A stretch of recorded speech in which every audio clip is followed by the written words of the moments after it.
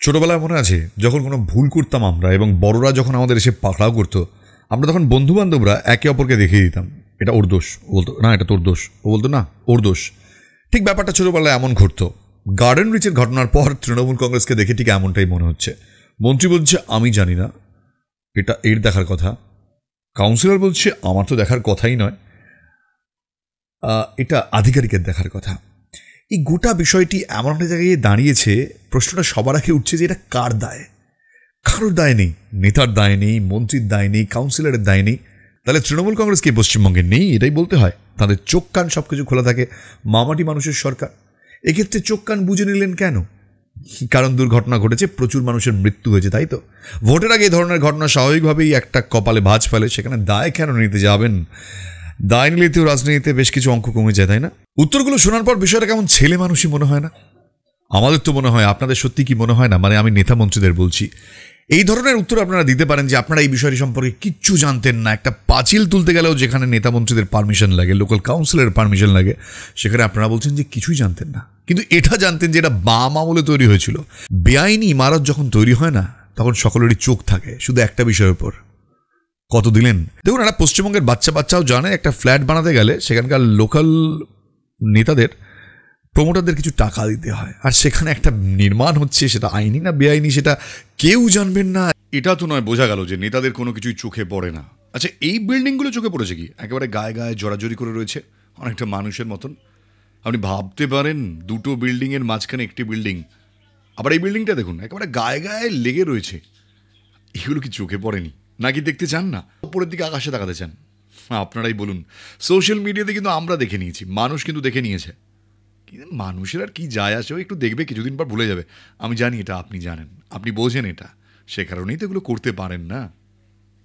আর সকলে একেবারে অতি ভদ্র ছেলের মতো, বাবু সোনার মতন এসে দাঁড়িয়ে বলছেন যে আমরা কিচ্ছু জানি না। এই দেখুন, এই ভিডিওটা বানাতে গিয়ে অনেকে বলবেন যে আপনি এদের বিরোধিতা করছেন, আপনি তাহলে অমুকের দালাল। এই দালাল বলে দেওয়া মানুষগুলো অ্যাকচুয়ালি সমস্যার কারা বলুন তো? আমরা। বেসিক্যালি কি বলুন তো, চোখ কান আমাদেরই খোলা নেই, সে কারণে সমস্যাটা সবচেয়ে বেশি আমরাই ফেস করি। আমরা কারো না কারো দালালি বেসিক্যালি নিজেরাই করে থাকি। তাই কারোর বিরুদ্ধে বললে, মানে আমরা যাদেরকে পছন্দ করি এমন কোনো নেতা টেতার বিরুদ্ধে বললে আমাদের ঠিক ওই মানুষগুলোকেই দালাল মনে হয়। কিন্তু সত্যিটা, সেটাকে চুপ করে থাকবে। এতগুলো মানুষের যে মৃত্যু হলো তার দায় কেউ নেবে না, শুধুমাত্র দায় চাপিয়ে দেওয়া হবে সেই সকল আধিকারিকদের ওপর যারা পুরসভাতে কর্মরত কর্মী মাত্র, স্যালারি পান। আমি মানছি তাদের দোষ রয়েছে, তাদের দোষ নিয়ে এটা আমি একেবারে বলতে পারি না। কিন্তু যারা সর্বাগ্রে থাকেন, যাদের নেতৃত্ব, যাদের নির্দেশের উপর দাঁড়িয়ে তারা কাজ করেন, তারা। নিধিরাম সর্দার, কলকাতা হাইকোর্ট ডাইরেক্ট বলে দিয়েছে যে দূষণ পর্ষদ গিয়ে কী করবে ওখানে? সেখানে তো বন্দুক নিয়ে দাঁড়ালেও কিছু করার নেই, মানে যে বন্দুকে গুলি বেরোনো এরকম একটা অবস্থা। বিষয়টা হচ্ছে যে আমরা সাধারণ মানুষরা সব কিছু দেখতে পাই, সব কিছু জানি, কিন্তু এমন একটা ভান করি যেন কোনো কিছুই আমরা বুঝি না।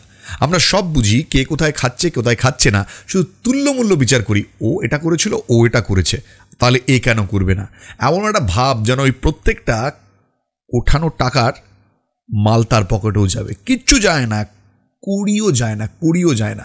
কিন্তু দালালি করার ব্যাপারে সবাই একদম অগ্রভাগে রয়েছে। কেন? স্বভাব, আর কিচ্ছু না মশাই, শুধু দালালি করতে হবে। দেখুন, এই ভিডিওটা দেখার পর আপনি বলছেন হ্যাঁ একেবারে ঠিক বলেছেন, একেবারে ঠিক বলেছেন। ভেবে দেখুন, আপনিও কারো দালালি করেন। বেসিক্যালি দালালি কথাটা শুনতে খুব খারাপ লাগলেও বাস্তবটা এটাই যে আমরা প্রত্যেকটা মানুষ কোথাও না কোথাও, পশ্চিমবঙ্গের বিশেষ করে অলমোস্ট 60% মানুষ একটা দলদাসে পরিণত হয়েছি। কোথাও না কোথাও কাউকে না কাউকে আমরা সমর্থন করি, আর এখান থেকে আমাদের সমস্যা শুরু হয়। গার্ডেন রিচের ঘটনা দেখার পর আমার একটা জিনিস পরিষ্কার মনে হয়েছে যে এখানকার নেতা, কাউন্সিলর প্রত্যেকেই গান্ধারীর মতন তারা চোখে কাপড় বেঁধে নিয়েছিলেন। কী কারণ ছিল তা আপনারা ভালো বুঝতে পারবেন, তা নিয়ে আপনারা কমেন্টে লিখতে পারবেন। কিন্তু এই গান্ধারীর মতন কাপড় বেঁধে নেওয়ার ফলে যে সমস্যাটা সাধারণ মানুষের হলো, এই বেআইনি ইমারত যখন ভেঙে পড়লো কিছু গরিব মানুষের ঘাড়ে, আর এটাই হওয়ার ছিল, লিখন তো রয়েছে বিধির, তাদের ঘাড়েই ভেঙে পড়বে। এতগুলো প্রাণ গেল, দায় নেওয়ার জন্য কেউ নেই, সবাই ঝেড়ে উড়ে বেরিয়ে চলে গেছেন। কিন্তু এরই মাঝে দাঁড়িয়ে তৃণমূলের অনেক নেতাই কিন্তু তারা ফোঁসফাঁস করছেন। তারা বলছেন যে এ নিয়ে অতীতেও অনেকবার বলেছি কিন্তু কিছু হবে না। যেমন বিধাননগর পুরসভার চেয়ারম্যান সব্যসাচী দত্ত, তিনি পরিষ্কার বলছেন এ নিয়ে তো অতীতে অভিযোগ করেছি, এখনো পর্যন্ত তার কোনো সুরাহা হয়নি। তৃণমূলের বহু নেতাই এমন বলেছেন। আমরা দেখছি ডেপুটি মেয়র, তিনি বলছেন যে দায় কীভাবে এড়াবো। বিষয়টা এখানেই, প্রত্যেকেই প্রত্যেকের ঘাড়ে ঠেলছেন। এই কিন্তু এই কাদের ঘাড়ে ঠেলছে এটা আপনি বুঝতে পারবেন না। এটা কিন্তু একটা মানে এক ধরনের হাওয়ায় ঠেলা হচ্ছে। বেসিক্যালি ঠেলা হচ্ছে, কিন্তু কারোর ঘাড়ে ঠেলা হচ্ছে না, কারোর ঘাড়েই দোষ পড়ছে না।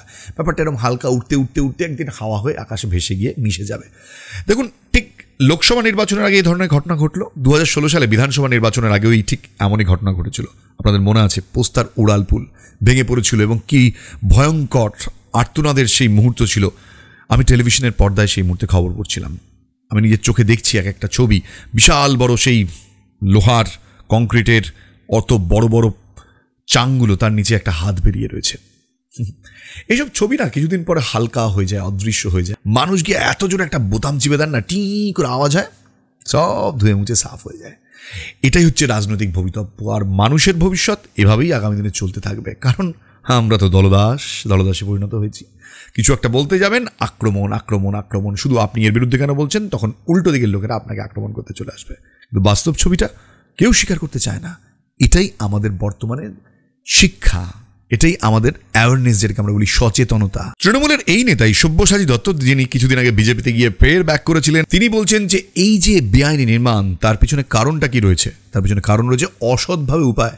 দেখুন, সব কিছুই জানেন, সব কিছুই বুঝতে পারছেন, তারপরেও সমস্যার সমাধান হচ্ছে না।